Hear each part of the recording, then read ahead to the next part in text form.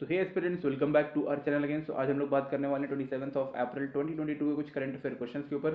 So let's get start with the first question and the first question is when is world malaria day celebrated? So right answer of first is B which is 25th April. Except that इस दिन like for world malaria day, ये basically इसलिए हम इसको celebrate करते हैं ताकि इसमें हम लोगों को अवेयर कर सकें कि लाइक व्हाट इज़ मलेरिया, इसको क्योर कैसे करते हैं और इसको प्रिवेंशन है लाइक जो हम प्रिवेंटिव टेक्निक कौन कौन सी हो सकती है ताकि इन फ्यूचर मलेरिया ना हो। एक्सेप्ट दैट ये WHO के अंडर आता है, वर्ल्ड हेल्थ ऑर्गेनाइजेशन, और 25th अप्रैल 2007 से हम इस चीज़ को सेलिब्रेट करना शुरू कर रहे हैं। ओके, ये काफ़ी अच्छा एक स्टेप है बिकॉज मलेरिया लाइक काफ़ी एक अच्छी लाइक बहुत ही बेकार बीमारी है। ओके, इसमें बहुत दिक्कत होती है। Next question is which medal has been won by Govind Sunil Mahajan in Khelo India university games? So right answer of second is C which is gold. Okay, except that ये लाइक गोविंद सुनील जो हैं वो कौन सा स्पोर्ट्स खेलते हैं, तो वो है वेट लिफ्टिंग। किस कैटेगरी में? तो 61 kg। इस चीज़ को याद रखना बहुत इंपॉर्टेंट है। आपसे सिंपल ये पूछेगा कि जो गोविंद सुनील महाजन है उन्होंने गोल्ड जीता है किस किस स्पोर्ट्स में, तो वो वेट लिफ्टर है। ओके, एक्सेप्ट दैट यहाँ पे एक और इन्फॉर्मेशन है, उदय अनिल महाजन। ओके, उदय अनिल महाजन जो है उन्होंने सिल्वर मेडल जीता है। ओके, तो ये भी आप याद रखिएगा। ओके, एंड चलो नेक्स्ट क्वेश्चन देखते हैं। आप चाहो तो इसमें खेलो इंडिया यूनिवर्सिटी गेम्स के बारे में थोड़ा सा और पता कर सकते हो, that will good for you. Next question is who has been honoured by Indo American chamber of commerce? So right answer of third is it's B which is doctor Beena Modi. Okay, तो not a big deal. Okay, okay, next question is where has Prime Minister Modi launched a project worth rupees 20,000 crore? So right answer of fourth is C which is Jammu and Kashmir. तो अभी आप लोगों को पता है कि like after abolition of 370 PM Modi जो थे वो अभी लाइक फर्स्ट टाइम गए थे आफ्टर 370 को हटाने के बाद। ओके, तो वहाँ पे इन्होंने काफ़ी सारी चीज़ों को बताया और यहाँ पे 20,000 करोड़ रुपए का मतलब प्रोजेक्ट भी लॉन्च किए हैं। एक्सेप्ट दैट इन्होंने जाके एक टनल का इनाग्रेशन भी किया जिसका नाम है Banihal Qazigund road tunnel. Okay, मैं यहाँ लिख देता हूँ बनिहाल, चलो बनिहाल टू कोजीगुंडा। तो ये एक जगह है, दोनों जगह है, और जो यूनियन टेरिटरीज है जम्मू एंड कश्मीर और लद्दाख, इसको जोड़ने के लिए। तो पहले जो था वो 16 किलोमीटर लॉन्ग पड़ता था। ओके, पर अब जो है after making of this tunnel, तो ये पहले तो सुन लो कि 8.5 किलोमीटर का ये टनल है, तो उसके कारण काफ़ी ज़्यादा मतलब ऑलमोस्ट आधा से भी थोड़ा सा ज़्यादा टाइम बचता है। ओके, तो ये एक इसका इंपॉर्टेंस है।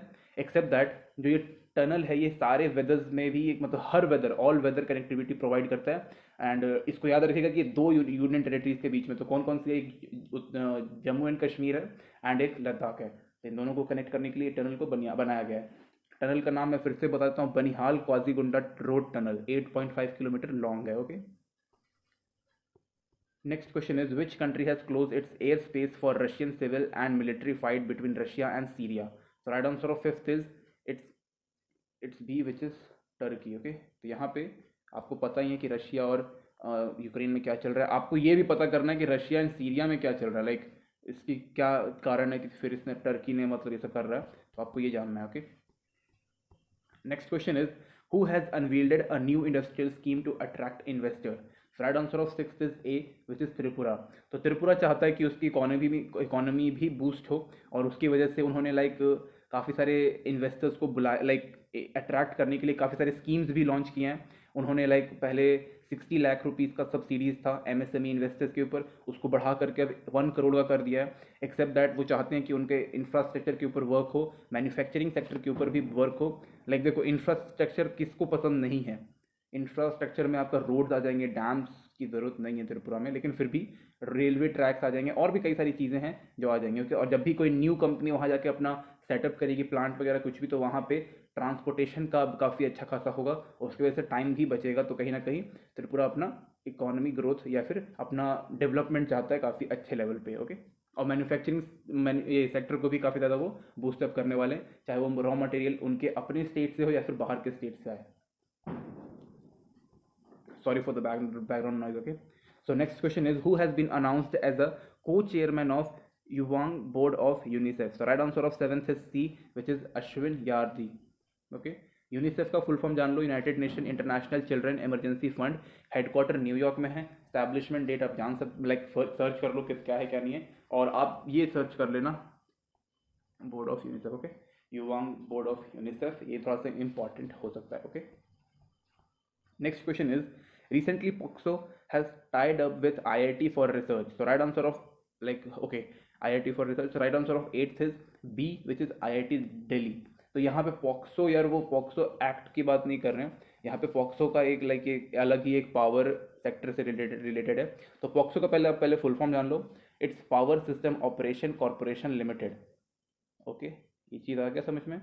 एक्सेप्ट दैट ये 2009 में मार्च 2009 में बना था, न्यू दिल्ली में इसका हेडक्वार्टर है, और इसका आईआईटी दिल्ली के साथ मतलब एमओयू साइन हुआ है फॉर किस चीज़ के लिए साइन हुआ है, इंडियन पावर सेक्टर के लिए, और मतलब जो एकेडमिक्स और इंडस्ट्री को दोनों को साथ में लेकर के उसको स्ट्रेंथन करने का मतलब इनका प्लान है basically, okay. Strengthen interaction between academics and industry.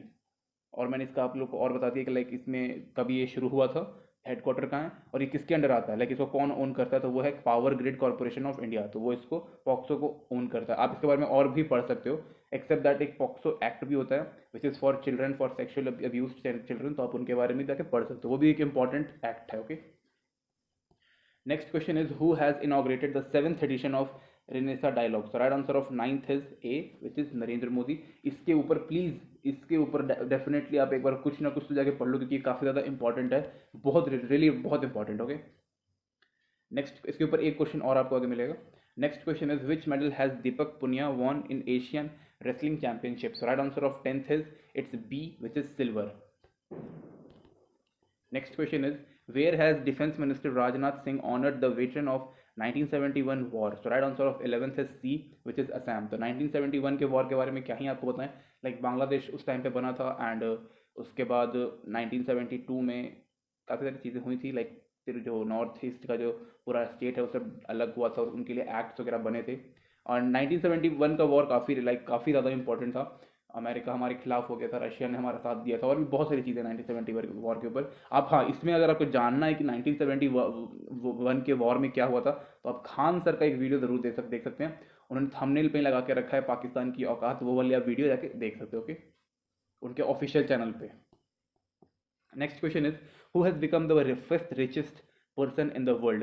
So right answer of 12th is B, which is Gautam Adani. तो इनके पास कितना मतलब हरा पत्ता आ गया, सॉरी पैसे आ गए, ओके।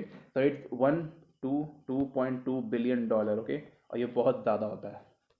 ये 5th richest पर्सन बन गए। इन्होंने वॉरेन बफेट को भी पीछे छोड़ दिया, इनको भी इन्होंने पीछे छाड़ रखा है, ओके। बिल गेट्स इनके 4th नंबर पे आते हैं, 1st नंबर पे हमारे इलॉन मस्क आते हैं, 2nd नंबर पे हमारे जेफ बेजोस आते हैं, 3rd नंबर और 4th नंबर चेक कर लेना, मुझे आइडिया नहीं है कुछ। Next question is recently Australia and which country celebrate Anzac day on 25th of April। So right answer of 13th is C, which is New Zealand. आप please इसके बारे में भी थोड़ा सा आपको पढ़ना ज़रूरी है, मैंने थोड़ा ऐड नहीं किया क्योंकि इसमें बहुत सारी चीज़ें हैं, सेम एज यहाँ पर भी है, यहाँ पर भी इसमें बहुत सारी चीज़ें थी, इसलिए मेरे को कुछ समझ में नहीं है कि कौन सी इंपॉर्टेंट है कौन सी छोड़ सकता हूँ, तो आप दोनों के ऊपर पढ़ोगे, पढ़ लेना एक बार, ओके। यहाँ हो गया था। Next question is MG Motor India has partnered with whom to promote electronic vehicle charging infrastructure। Right answer of 14th is B, which is BPCL। Already मैंने इन सब के जितने भी फुल फॉर्म थे वो मैंने बता रखा है, इवन मैंने हेडक्वार्टर्स के बारे में बता रखा है। अपकमिंग एक वीडियो आएगा जिसमें सारी आप लोग को जितने भी इन सब चीज़ों से रिलेटेड, जैसे कि HPCL हो गया, BPCL हो गया, ONGC, इन सब चीज़ों के ऊपर आपको एक वीडियो मिल जाएगा, ओके। पर अभी नहीं, थोड़ा टाइम लगेगा उसको आने में। So right answer of 14th is B. Electronic vehicle charging जो है, मतलब इलेक्ट्रॉनिक व्हीकल काफ़ी ज़्यादा भी ट्रेंडिंग में है, और ये काफ़ी इंपॉर्टेंट है, सो दैट कि हमारे नेचर में जो स्मोक है वो कम फैले एंड थोड़ा क्लीन हो, इनोवेटिव हो, एंड जो फॉसिल फ्यूल पे जितना हम डिपेंडेंट है वो थोड़ा कम किया जा सके, okay, in future. Next question is recently the government has increase the retirement age of IIM director from 65 to how much. So right answer of 15th is C, which is 70। तो ये भी एक काफ़ी अच्छा इनिशिएटिव है for the people who are working for IIMs, and बढ़िया है, ठीक है। डायरेक्टर्स की बात की गई है, तो not all only for directors, 70 कर दिया गया, तो ये भी क्वेश्चन पूछा जा सकता है, okay. Renaissance dialogue which was inaugurated recently in the conference in which field। So right answer of 16th is is B which is climate change. यहाँ पे आप इसका बेस्ट, यहाँ पे क्लाइमेट चेंज तो एक छोटा सा इसका हिस्सा है, बेस्ट यहाँ पे रख सकते हो geopolitics. Okay, geopolitics is one of the most important thing for Renaissance dialogue. Okay, तो इसमें यही एक है, जियो पॉलिटिक्स के ऊपर होता है, लेकिन और जियो पॉलिटिक्स के अंदर ही क्लाइमेट चेंज के ऊपर बात किया गया। Okay, next question is Emmanuel Macron has won the presidential election of which country? So right answer of 17th is it's B which is France. Okay, इसके बाद काफ़ी सारे बवाल भी शुरू हो गया था, तो आप जान सकते हो कि क्या हुआ क्या नहीं हुआ। Okay, next question is which institution conduct the All India Household Consumer Expenditure Survey? So right answer of 18th is National Statistical Office is the right answer, A. Next question is what is the primary object of Amrit Sarovar initiative which was seen in the news recently? So right answer of 19th is D which is rainwater harvesting. Next question is which is the venue of the Khelo India University Game 2021 being held in April May 2022? So right answer of 20 is C which is Bangalore. Next question is headquarter of Athletic Federation of India is located at, so right answer of 21st is A which is New Delhi. Next question is Bharat Subramaniam is related to which sport? So right answer of 22 is C which is chess. Next question is in which part of India is the Aravali Biodiversity Park located? So right answer of 23rd is B which is Haryana. Next question is where is the headquarter of International Union for Conservation of Nature and Natural Resources located? So right answer of 24th is D which is, sorry, it's Gland in Switzerland. Okay, काफी सही है, rhyming बन गया. So next question is who is the president of World Bank? So right answer of 25th is A which is Davis Malpass is the right answer. Next question is the Room of the Roof was first novel written by, तो right answer of 26 is it's D which is Ruskin bond. इनके बारे में please आप थोड़ा पढ़ सकते हो, बहुत इंपॉर्टेंट पर्सन है for India. Okay, next question is in which state is the Bakhira wildlife sanctuary located? So right answer of 27th is B which is Uttar Pradesh. Next question is Torgya festival is celebrated in which Indian state? So right answer of 28th is C which is Arunachal Pradesh. And the next question is Zagreb is the capital of which country? So right answer of 29 is D which is Croatia.